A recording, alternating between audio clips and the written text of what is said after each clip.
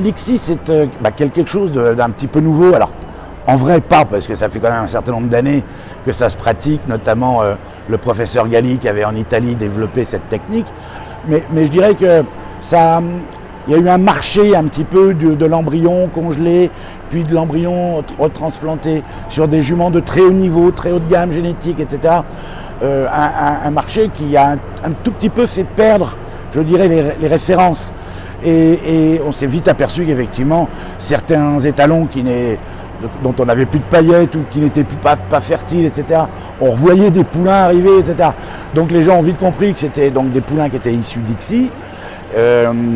Donc il était important d'apporter de l'information aux éleveurs, dire exactement ce que c'est l'OPU, l'ICSI, comment ça se passe, l'encadrement à la fois, je dirais, technique, et puis aussi réglementaire, sanitaire, la législation autour de tout ça.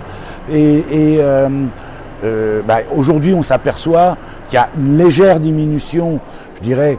Il y a eu une certaine bulle spéculative, j'ai un petit peu envie de dire, autour de l'ICSI. Maintenant, qu'un poulain naisse de transfert d'embryon naturellement avec sa mère ou d'ICSI, tous ces poulains-là sont faits pour être montés un jour ou l'autre. Et donc, on est en train de s'apercevoir que les poulains d'ICSI ne sont pas meilleurs que les autres. Hein. Donc, obligatoirement, ils sont en train de reprendre une part de marché qui est la leur. C'est-à-dire qu'un poulain qui est en gestation, c'est de fait moins cher qu'un poulain qui est né. Hein, ou qu'un poulain qui a 3 ans, voilà, hein, à part de rares exceptions.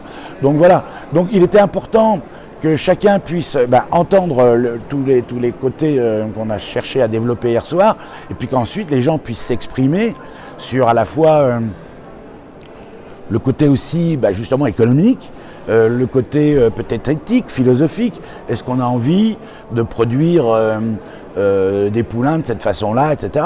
Après, ça regarde un peu chacun, mais il n'y a pas de jugement de valeur à porter sur quelqu'un qui ferait de l'ICSI parce qu'il a besoin d'en faire, il a une jument qui ne fonctionnerait pas autrement, etc. Voilà, puis les gens ont la liberté d'entreprendre. On a encore cette chance-là. Faut que après, ça regarde chacun de savoir ce qu'il fait avec sa jument.